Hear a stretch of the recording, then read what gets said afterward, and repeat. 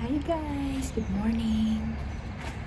Appointment ko today para kunin na yung passport ko. Remember, nag-apply ako ng visa. So, today na yun. After 2 weeks. So, 8:30 na ngayon. And, yeah. No, 8:30. 8:20. Hinihintay ko na yung bus, no? Ito na ba yun? Parang hindi pa. Pupunta na naman tayo na Helsinki. But, dalawa yung appointment ko today. Dalawa na, sinabay ko na kasi ang mahal pang masahe guys. Dapat isahan na lang yung lakad, no? See you!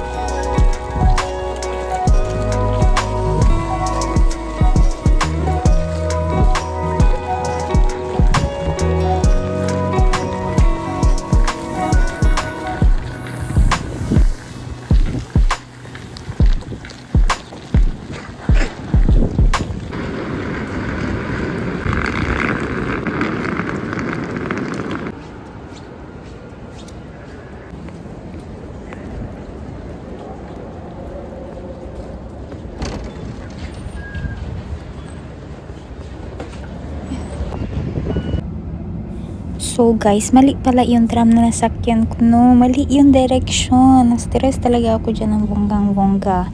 Tapos, nagkamali rin ako sa binabaan. Kaya yun. So, nung nakasakay na ako sa tram, pagtingin ko sa bintana, kasulubong yung the same na tram pero ibang direction yung pupuntahan niya. Doon ko na-realize na, hala, mali yung tram na sinakyan ko. Kasi naman, late yung tram na yun. Late siya ba? Tapos yung tram na nasakyan ko is same time na supposedly yung time na ng tram na sasakyan ko dapat. Kaya yun, nalito ako. Bumaba ako, tumakbo ako doon, mabalik. Ay, Diyos ko. So, merong isang tram na miss ko. Na-miss ko na naman. Tapos, ngayon, naghintay ako ng another 15 minutes yata. Ay. Tapos, nung nakasakay na ako sa tram, no? Nung tama na tram, naku, mali na naman kasi, tawag nito, bumaba ako sa maling bus stop. Ay, maling stop. Kasi, akala ko yun na yun. Kasi yung mga building ba, tingnan nyo, magkakamuka. Ay, so, nag-stop ako, no? 3 stops before dito na stops. Kaya yun na. Naglakad, no? Nakapaglakad talaga ako, no? Malayo-layo talaga ito. My goodness. Pero nandito na tayo. Buti na lang is wala talaga akong set appointment, no? My goodness. Huwag na ulitin. medyo tanga tayo for today, no? Okay, malapit na. So, tapos ako doon sa Russian Consulate, guys. So, ang nangyari doon is pagdating ko sa gate, pinindot ko yung intercom nila. Then, nagsalita ako in English. Medyo nag-worry pa nga ako ng slide baka hindi sila nag-i-English kasi last time nung pupunta namin doon is kasama ko yung asawa ko and Russian talaga yung salita nila. But then, nung sinabi ko doon sa intercom, good morning, today is my appointment to get my passport with visa, ganun. But, buti naman talaga is marunong mo pala mag-English kasi parang required talaga yata na marunong mag-English, di ba? Pag mag-work sa consulate or embassy. So, medyo hindi ko mag-gets ng slight yung pronunciation niya kasi yung accent talaga. Pero carry lang, naintindihan ko naman rin afterwards. Then, pinapasok rin ako agad. Kasi guys, hindi ka makakapasok sa consulate basta-basta nakalock kasi, no? Kailangan may appointment talaga. So, doon, binigay ko na yung claims tab. Then, sabi niya, check your visa, kung tama ba yung info or kung mali ang spelling, ganun. Check muna kasi pwede nila i-change agad if may mistake. So, ganun, wala naman mali. Very nice sila doon sa consulate, guys, kasi meron akong kulang na requirement. Kulang ako ng insurance, pero sinabihan ako na kumuha ako ng insurance tapos ipasa ko the same time kung kailan ko kukunin yung passport ko. Mabait sila doon, no? By the way, ikalawang visa ko na ito, guys. Puro tig 1 year visa, no? Pwede ka lang makakuha ng 1 year Russian visa kapag may relative ka na Russian. Kung wala, ay 3 months visa lang ang pwede mo kunin. Ang bayad ng visa ngayon, guys, is 240 euro, around 14,000 sa pesos. As far as I remember, last year yung binayaran ko the same visa na yun. Pero sa Pinas ko kinuha is around 13,000 lang. So ngayon, guys, ang next kong pupuntahan ay ang DVV kasi ipapa-change ko yung temporary address ko to permanent address. So, ang daming ganap today. So, sabi dito sa map, straight daw doon. Let's go. So, lakad tayo straight hanggang doon sa... dito ba na street? Sa kabila. Let's see. Nakapunta na ako dito, no? Dati, nung bagong dating ako dito sa Finland, yun yung unang pinuntahan ko, yung DVV. Ano nga yung DVV? Yung Digital Population Chuchu. Ay, hindi ako makamove on sa katangahan ko today. Pero okay lang, at least dumating tayo na on time. Meron pa tayong mga 1 hour free na time before sa appointment time ko. And so, let's go. Merong ano dito ba? Ang ingay naman. Ano yan? Sobrang ingay.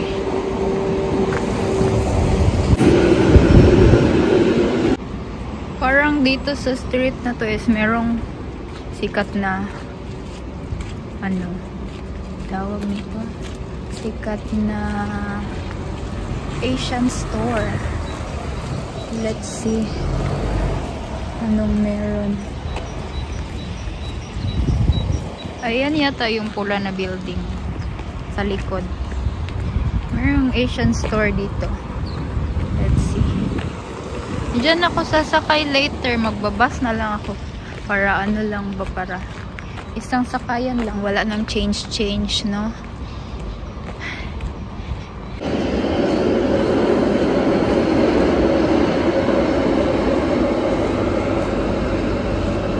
Hindi ko alam, no, kung saan.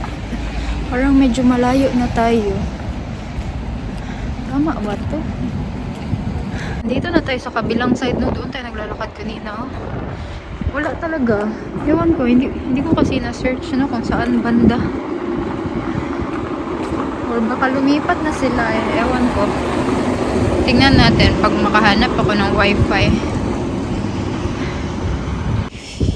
Dito tayo dadaan. Pababa dyan.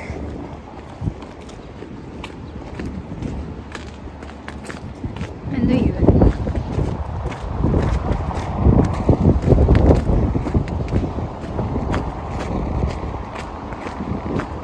Ito yun na building, oh.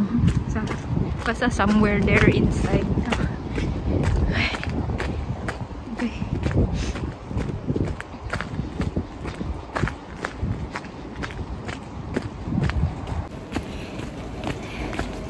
Hindi ko siya nahanap, so sayang. Gusto ko bumili ng pansit canton. Let's see, pag merong wifi dito sa pupuntahan ko. Feeling ko merong wifi dito. Hanapin natin kasi nandito na tayo, di ba? Lubos-lubusin na natin. Char.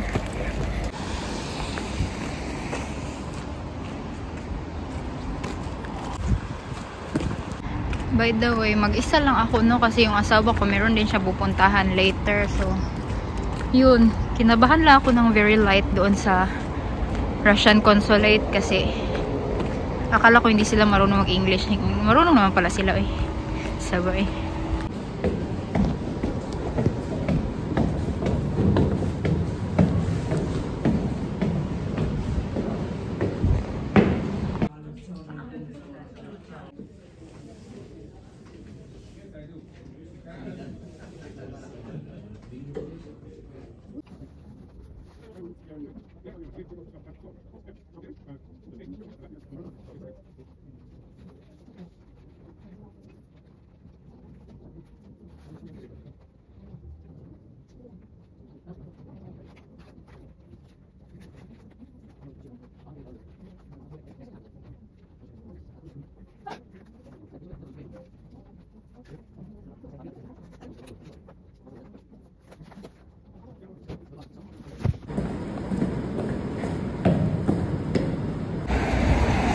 So, yun na. Tapos na. But, nahanap ko na yung address no ano nung Asian store. Puntahan natin. Malapit lang. Doon pala sa kabilang side, no? Tapos na ako. Mabilis lang talaga. Like, 5 minutes lang yata. Parang kinonfirm lang niya yung ano ko ba, yung purpose ng pagpunta ko doon. Yay! So, ngayon, pupuntahan natin yung Asian store. Ganyan, dito pala yung daan, no?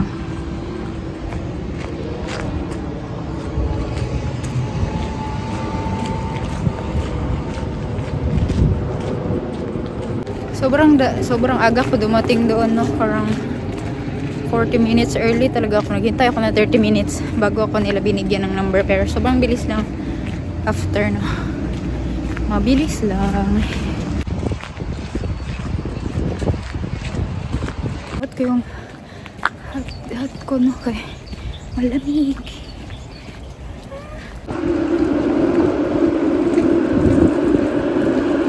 Alam niyo ba, minsan lang. Ito pala siya.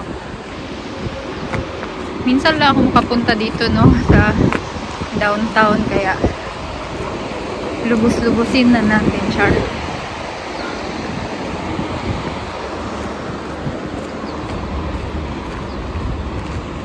Huh?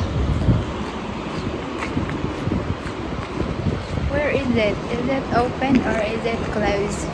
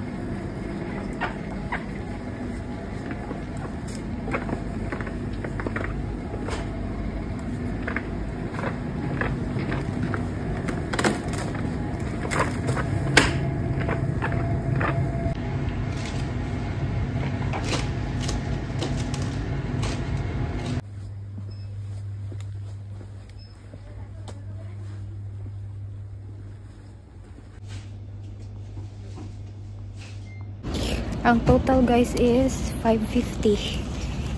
Apat na pansit canton is 3 euro. And then yung tawag nito, ang palaya is tag 8.90 euro per kilo. Tapos yung nabili ko is ano siya, nabayaran ko 249.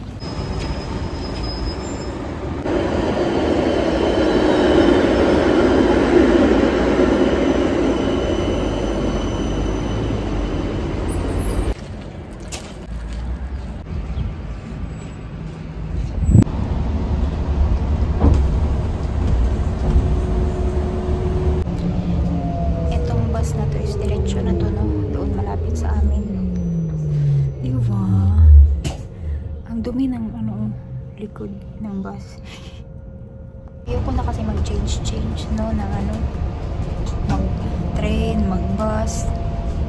Nakakapagod. Pero at least ito, meron na direction na.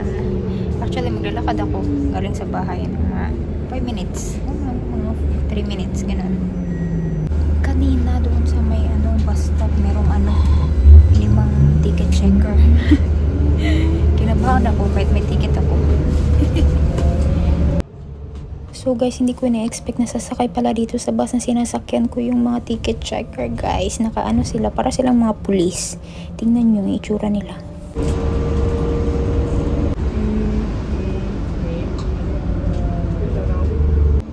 So yun na guys, tapos na yung mga ganap ko, no. So uwi na tayo.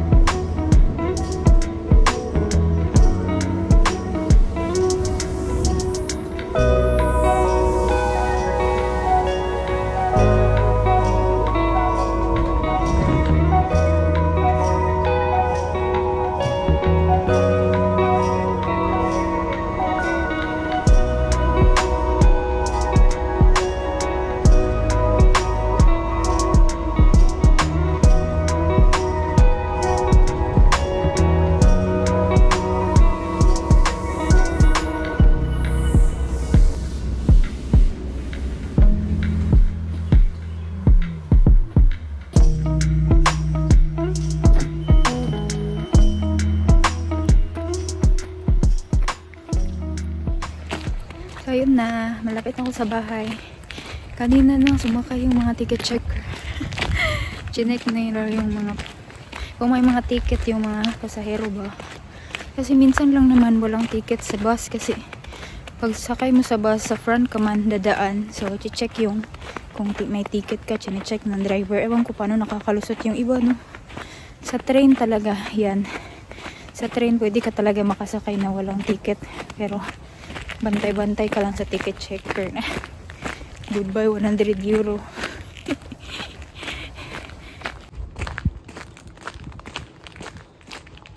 Bahay na tayo. Look, pancit canton. 75 cents ang isa. Pinakamahal na ang palaya na nabili ko. 2.50 euro ito, isang peraso. 150 pesos, isang peraso. Okay lang. Bye! Now.